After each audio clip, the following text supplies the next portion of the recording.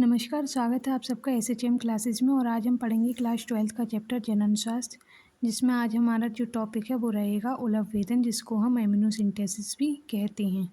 उलभवेदन की प्रक्रिया में भ्रूण के पास दो तरह की झिल्ली होती हैं,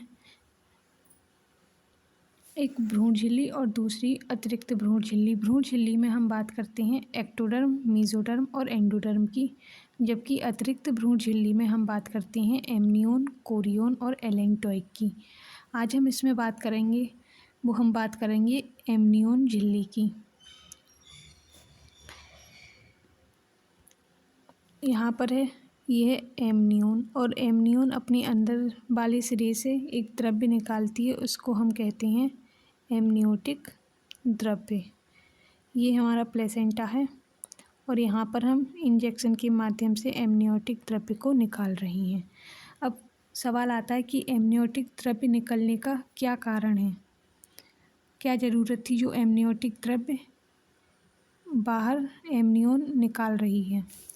तो अगर एमनियोटिक द्रव्य नहीं निकलेगा तो जो हमारा भ्रूण है वो सूख जाएगा, और हमें जो ये वाला जो हमारा रीजन है, इसमें हमारा वातावरण है वो हमें रखना है गीला और नम। इसके लिए बहुत ही ज़्यादा ज़रूरी है एमनियोटिक द्रव्य निकलना।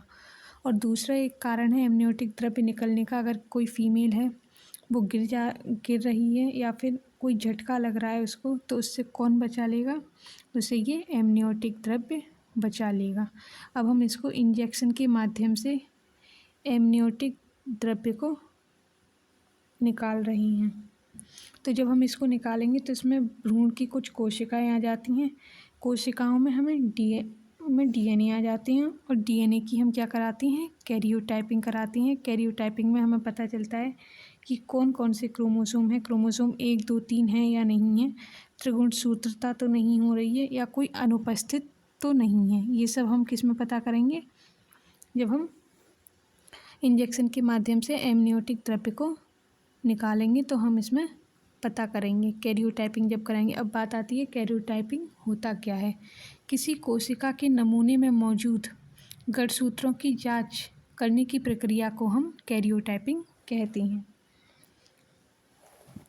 तो एक बार ध्यान से सुन लो, जब हम इंजेक्शन के माध्यम से एमनियोटिक द्रव्य को बाहर निकालते हैं तो एमनियोटिक द्रव्य से कुछ हमें क्या मिलती हैं, भ्रूण की कोशिकाएं मिलती हैं, और उसमें क्या पाया जाता है, डीएनए पाया जाता है। डीएनए को अगर हम अलग करके उसकी आसानी से क्या करा सकते हैं, कैरियोटाइपिंग कराएंगे। कैरियोटाइपिंग कराने का मतलब है कि आप जानोगे कि उसमें सभी क्रोमोसोम हैं या नहीं हैं, कोई ज़्यादा तो नहीं है, कोई कम तो नहीं है, या आनुवांशिक विकार तो नहीं हो रहा है। ये सब हमें किस में पता चलता है, कैरियोटाइपिंग में पता चलता है। वैसे हम उलभवेदन की है वो आनुवांशिक विकार के लिए जांच करते थे, लेकिन धीरे धीरे लोगों ने इसके लिए किसके लिए कर दिया था, लिंग निर्धारण की, कोई लड़का है या लड़की है उसके लिए इसका इस्तेमाल करना शुरू कर दिया था। इसलिए अब जो लिंग निर्धारण टेस्ट है वो नहीं किया जाता है, भारत के अंदर वो बैन है। अब आइए क्या लिखा है इसमें, हम वो पढ़ते हैं। भ्रूण के चारों ओर एक भ्रूण कला एमनियोन पाई जाती है, तथा भ्रूण इस भ्रूण कला से ढकी व तरल से भरी एक गुहा में स्थित होता है। इस तरल में कुछ भ्रूणीय कोशिकाएं भी पाई जाती हैं। तो ये जो लेयर है वो एमनियोन है, और यहाँ पर क्या है, ये एमनियोटिक द्रव्य है। ठीक है। उलभवेदन विधि में एक सीरीज की मदद से तरल की कुछ मात्राएं एमनियोटिक गुहा से निकाल ली जाती हैं। तो ये निकाली जा रही हैं यहाँ पर इंजेक्शन के माध्यम से। इस तरल में निलंबित कोशिकाओं के गुणसूत्रों की जांच से भ्रूण के किसी विकृति का पता लगाया जा सकता है। चूँकि ये जांच गुणसूत्रों पर आधारित है, अतः इसे भ्रूण के लिंग का भी पता भी लग सकता है। तो इसमें जब हम इंजेक्शन के माध्यम से ये निकाल रही हैं एमनियोटिक द्रव्य, तो इसमें हम क्या है, किसी यानी कि कोई बीमारी तो नहीं है, कोई कैसी भी त्रिगुणसूत्रता तो नहीं है, क्रोमोसोम 1 है या नहीं है, वो सब चीज़ें हम पता लगा सकते हैं। और इसमें बच्चे के बारे में भी पता लगाया जा सकता है कि लड़की है या लड़का, इसलिए इसे भारत में भी बैन कर दिया गया है। इस तकनीकी का भ्रूणीय लिंग की जांच तथा कन्या भ्रूण हत्या में प्रयोग किया गया। और हम उलभवेदन से पता लगा सकते थे कि बच्चा लड़की है या लड़का, तो लड़कियों को अक्सर मार दिया जाता था। अतः अब इस विधि पर प्रतिबंध लगा दिया गया है। ये परीक्षण प्रायः गर्भकाल के 16वें से 10वें सप्ताह में किया जाता है। अब इस जो विधि है उसका प्रतिबंध लगा दिया गया है और ये किस किस समय में करी जाती है? 16वें से 10वें सप्ताह में किया जाता है उलभवेदन। अब बात करते हैं हम जनसंख्या विस्फोट की। सन 1900 में पूरे विश्व की जो जनसंख्या थी वो लगभग 2 अरब थी। कितनी थी? 2 अरब। और जो 2000 में तेज़ी से बढ़कर कितनी हो गई? 6 अरब हो गई, मतलब 3 गुना बढ़ गई। और जो हमारे भारत की जनसंख्या है वो 2000 में कितनी थी? 1 बिलियन थी। कितनी? 1 अरब थी। यानी कि आज जो दुनिया का हर छठा आदमी है वो भारतीय है। क्या है? दुनिया का हर छठा आदमी है वो भारतीय। 2000 में हमारी कितनी जनसंख्या थी? 1 बिलियन। यानी कि हम 6 आदमी में से 1 आदमी हमारे भारत में बैठा हुआ था। तो आज दुनिया का हर छठा आदमी क्या है? भारतीय है।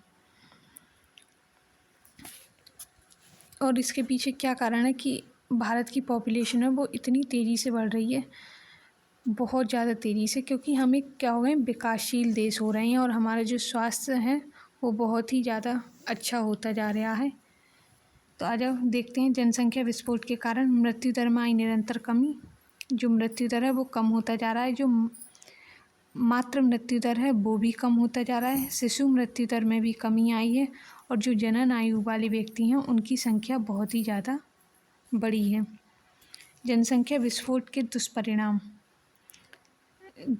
क्या है? जनसंख्या विस्फोट के एक तो शिक्षा व्यवस्था की समस्या है, बहुत ज़्यादा रोजगार की समस्या है, निर्धनता है, स्वास्थ्य एवं चिकित्सा सेवा समस्या है, अच्छा स्वास्थ्य नहीं मिल रहा है, अच्छी शिक्षा नहीं मिल रही है, रोजगार नहीं है, आदमी गरीब हैं। ये सब क्या है? जनसंख्या विस्फोट के दुष्परिणाम हैं।